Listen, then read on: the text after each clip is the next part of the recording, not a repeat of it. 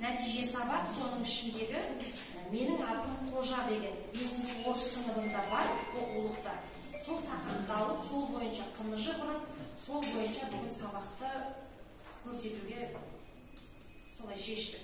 Өйткені кинофильмін көрдіңіздер, оқыдыңыздар, менің атым Қожа не туралы екені барлығыңызда мәлімет бар. Сондықтан сол тақырып. Мына 5-ші сынып, 5-ші орыс сыныбына арналған осы кітапта бар нәтиже сабақ. Соның ішіндегі менің атым Қожа. Енді ең бірінші біз сабақты қалай бастаймыз? Сыныпқа кіреміз, амандасамыз. Сіздерді оқушы ретінде алып, сіздермен жүргізсін деп ұсыныс жасады. Сондықтан сіздер оқушының рөліне кіріп, сабақ барысында қатысатын боласыздар. Бірінші біз бір-бірімізбен жақсы тілек айтып, жақсы ниетпен жүрекпен деген тренинг алдық, бастамасы сабақ. Мына жерде 5-6 мұғалім келіп, мына жерден жүрекшелерді алыңыздар, келіңіздер. Қостаңыздар балалар, келіңіздер. Біз артында мына жерден алыңыздар. Бұған шекелдер қой. Тағы да келіп алыңыздар. Келіңіздер. Келіңіздер.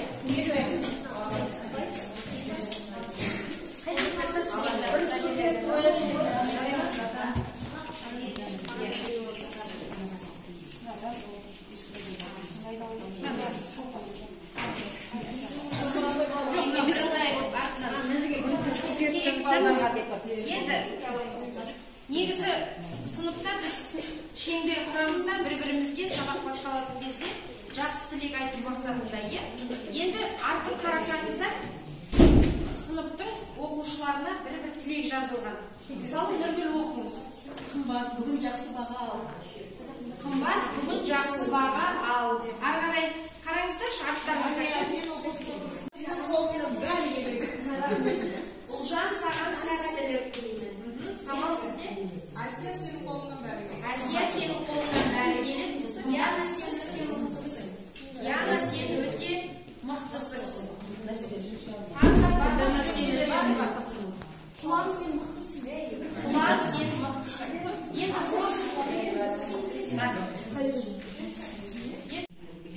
Бірге өтті. Енді біз бірінші слайдқа назар аударып, сабақ бастамас бұрын ой жүгіртуге оқушыларға. Мына жерде сөздер тұр. Қалай ойлайсыздар? Қандай сөз құрауға болады деп, орыс сыныптары мына шашыраған әріптер арқылы, міне әріптер айқасы деп аталады. Ағылшын тілінде word scramble деп айтылады. Естіп жүрсіздер. Әріптер айқасы. Сөздермен балалар әртүрлі тексереміз. Сонымен бүгінгі тақырып менің атым Қожа шыққанына платформада әдісті бәрі қолдануға болады. Білесіздер, Ана жерде не үшін кімдер деп отырған? word scramble деген. Жазып алсаңыздар болады. Топқа бөлінген кезде сіздерде топ басшысы сайланады да, мынандай қолында бағалау парағы болады. Мынаны да түсіріп алсаңыздар болады сабақтарыңызда. Әр топтың топ басшысын тарту үшін біз мынандай бір тәсіл алдық. Ол кодталған диктант деп аталады. Слайд қосылды. Орыс сыныптарына мына тапсырма беріледі әр балаға. Міне карточка түрінде жасап қойдық. Бала аты жөнін жазады. Кодталған диктант ы мен і дыбысына арналған сөздер. Орыс сыныбы мынаны қояды. Оны қалай істейді? Сүйікті деген сөз ғой, бірінші сөз.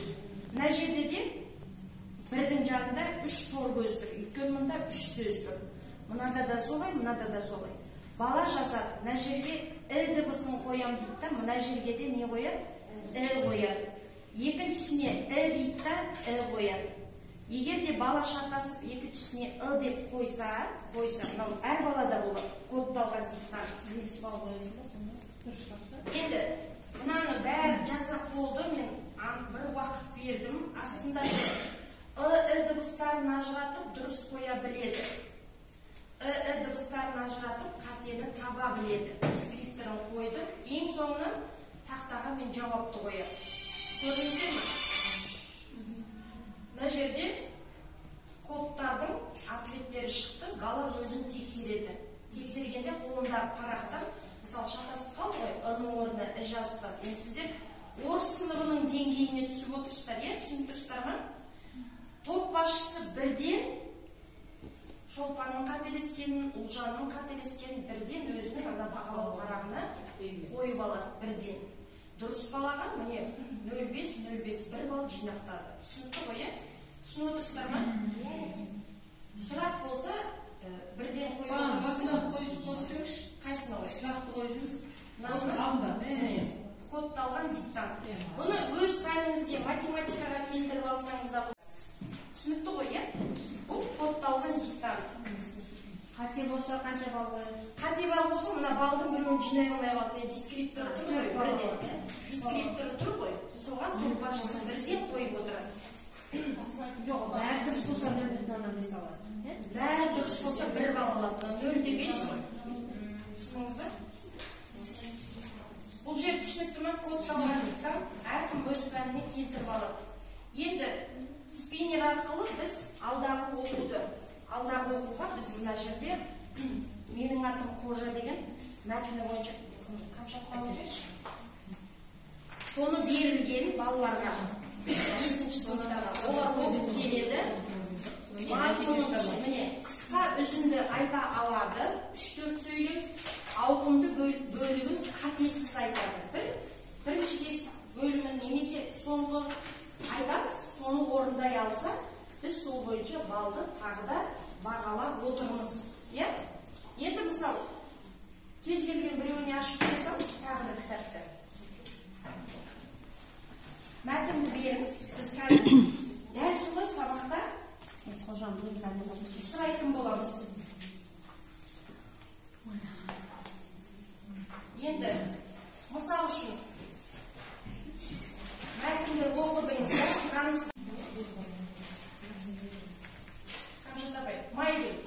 Майгүлге кітапты беріңіз, және дискрипторымыз бойынша. Менің атым Қожа туралы мәтінді сипаттайды. Мысал айтып көріңіз. 5-ші кластың баласы айтып тұр, мәтінді көрдіңіз бе? Келесі Мұрат, Болат, Ербол, Бақыт деген аттарды алып қараңдаршы. Айтуға тапсырамын, есір қорқа да жағында.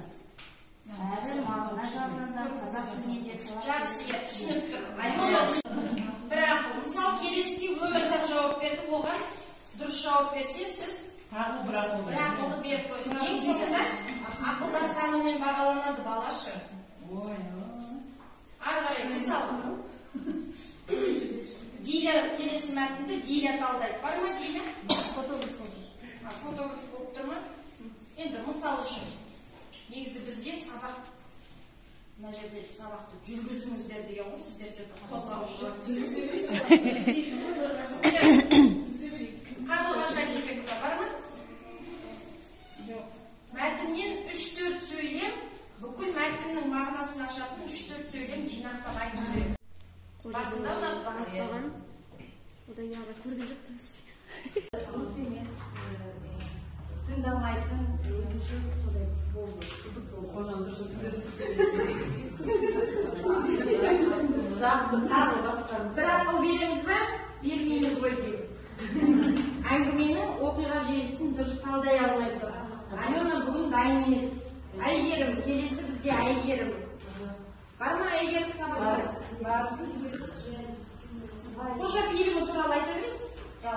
Қожа қандай баламыз? Сипатта. Қожа өзінің бірінші атын ұнатпаған өзінің атын. Басында ұнатпаған. Қандай ойлы? 3-4 сөйлем, бізде дискетті. 3-4 сөйлем. Бөлген кезде бізге ынтымақтастықпен топқа бөлген уақыт алмау үшін жүректің артында бір-біріне жақсы тілек айтып, сол жүректің түсі арқылы бөліне саламыз деп айттық. Енді қосымша тағы да бір сіздерге бағдарлама көрсете кетеміз. Жазып алсаңыздар болады. Аты Кестлетс деп аталады. Міне, аты түрде көрдіңіздер ме? Google'ға осыны жазасыздар, жазғаннан кейін осы атау шығады. Түрлі генераторлар шығады. Жеребе, тізім, QR код генератор арқылы. Жақсы, өте жақсы. Келесі сұрақ. Қожа дейді. Тексереміз. Жанар қандай қыз? Білімді, тәрбиелі. Әдемі, ақылды, білімді, Сыныптағы үздік оқушы. сынып жетекшісінің аты кім? Дұрыстан тексереміз. Келесі сұрақ. Менің атым Қожа повесінің алғашқы атауы. Алғашқы атауы. Ең бірінші қалай болған? Балалық шаққа саяхат, тағы варианттар бар ма? Тексереміз. Өзім туралы деп аталған. Келесі сұрақ. Қай қалада жүлдеге ие болды?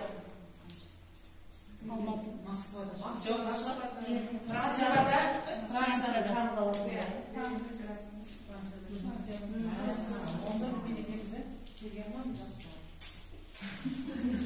Солдан.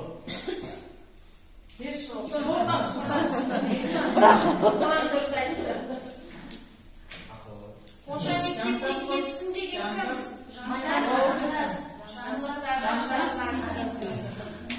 Сары қожа кімнің баласы?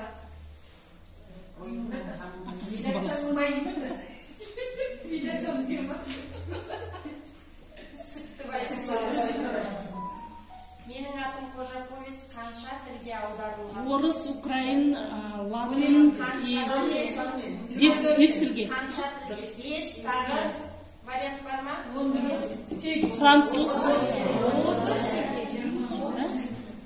Орыс тілі пәні мұғалімінің аты жөні.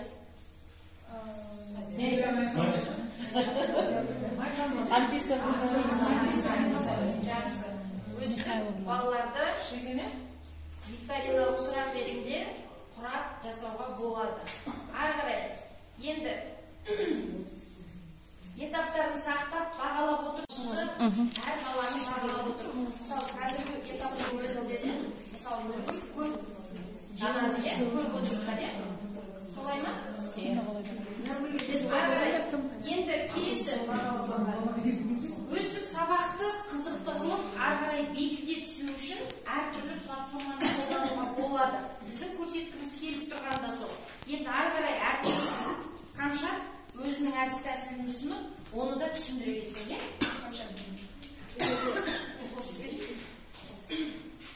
Сабақтың бекіту кезеңіне біз нәтиже сабағында әріптесім жағдайына атын айтамыз.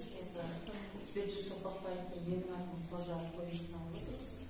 Мен сіздерге бірінші WordWall платформасын түсіндіргім келеді. WordWall платформасы интернетте Google'дан кіресіздер. Қазір мен сіздерге жадынама алып келдім. Қазір жадынаманы қаратамын. Айналдырдым. Қазір қараңыз. Міне, 9-шы. Кімде 9 саны түсті? Менде 5. 9. Майгүл. Қожаның орыс тілі мен әдебиетінен сабақ беретін ұстазы кім? Анфиса Михайловна. Міне, бір ақыл. Ары қарай. 2-ші. Айналдыр.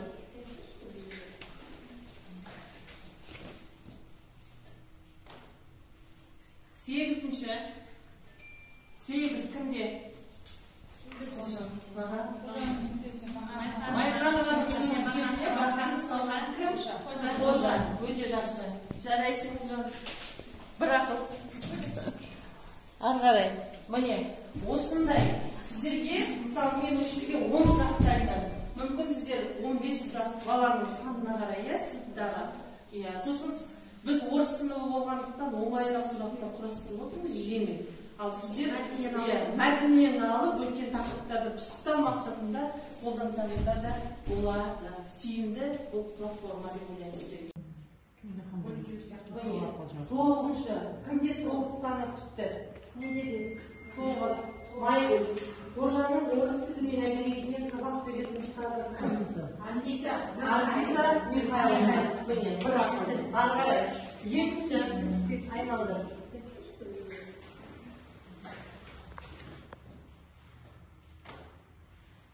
Сегізінші. Сегіз кімде?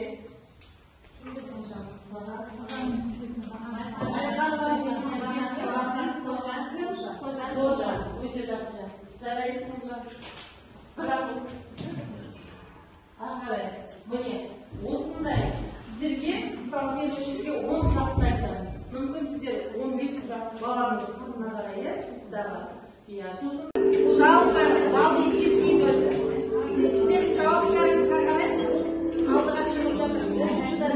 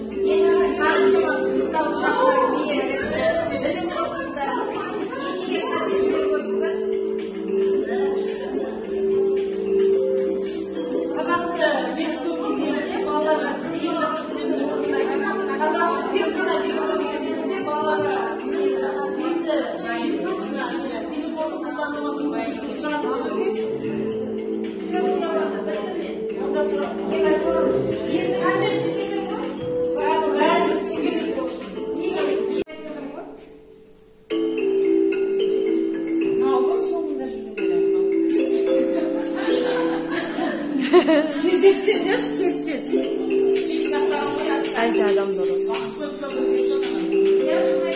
Уже все. Они пока по этому найдут.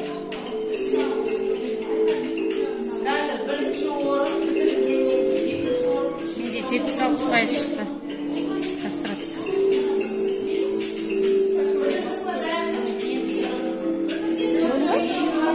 Да? Бұл деген сөз да?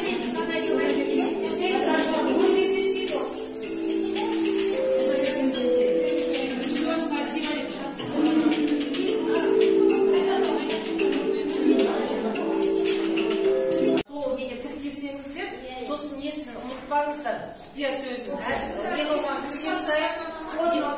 сохранить на браузере дегенді сохранить етіп қойсаңыздар, ол үнемі вордпен гуглға кірген кезде ол сразу сізге ашылады. Біздегі тапсырма оқулықта тұр. Оқулықта біздің 5-ші сыныпта сын есімдерді тауып дұрыс қолдана алады. Оның да балы тұр. Сын есімдерді тауып сөйлем құрайды, бәрін дәптерге орындайды. Бұл жеке жұмыс, жазбаша топта қорғайды да, әркім дәптеріне жазады. Сын есімдерді тауып сөйлем құрайды. Барлық балдары көрсетіп тұр. Біз қалай істейміз? Мынаны біз сүзгі деп аламыз. Сөздерді шашыратып тастаймыз. Орыс сыныбы. Одан кейін бізге не істеу керек? Сын есім сөздерді ғана сүзгіден өткізу керек. Бала мына жерге сын есім сұрағына жауап беретін сөздерді не істейді? Астына сүзгіден өткізеді. Мысалы, адал, аңқау, тәртіп деген сұраққа жауап береді. Ал сын есімге жатпайтын сөздер мына жерде өтпей қалып қалады. Сүзгіден өтпей. Бұл да ойын түрінде өтпей қалған нәрсе болады. Қазақ тілінде тілдік бағдар міндетті түрде жүреді.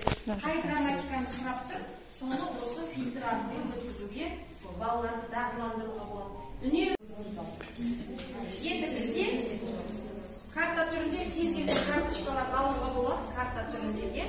Сосын топқа таратамда, топқа бүйтіп айтамын. Мысал үшін, сіз бүгінгі өтілген тақырып бойынша бір сұрақ жазыңыз. Мысалы, сотқар бала кім? Мысал үшін. Ал сіз соған ответ жазыңыз дейміз екінші балаға. Түсіңіз ба? Ана балада тағы сұрақ жазады, келесі оның жауабын жазады. уақыт берем, 1 минут, 2 минут. Сосын топпен карта ойыны сияқты. Сұрақ қояды, жауабы бар бала басады. Ал сұрақ жауапты бүкіл топтың мүшесі жасады. Түсініп отырсыздар ма? Келесі сұрақты жүреді, жауабы бар бала басады. Сіз бақылап тұрасыз. Дұрыс сұраққа дұрыс жауап орыс сыныбы таба алып тұрса, сізде бақылау дискриптор тағы. Ол бірінші сұрақты жазып алып, содан кейін сұрақты басқа топқа бересіз. Уақыт бересіз. Келесі топқа берсеңіз де болады. Бүкіл сұрақ жауапта бар. Бір топқа да болады. Жоқ, жауапты өзімен өзі кәден жазады деген ғой сұрақ. Жоқ, біреу сұрақ болса, Ота сұрақ жазады, Нұргүл соның жауабын жазады. Сосын картаның ретімен жүріп ойнап, анау басады. Бір жағынан қарап шығарсам, артында заман қайда?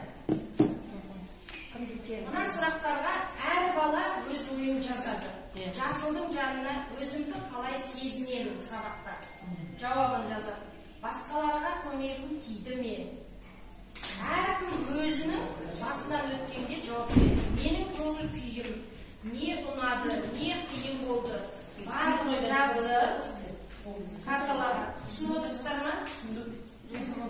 Иә. Ал біз былай істейміз де көбінесе. Сабақ ұнады ма? Ұнады. Бүйте сал, тағы нәрселер. Ал мына жерде бала өзінің шынайы көңіл күйін жазады. Мен біреуге көмектесе алдым, жоқ көмектеспедім.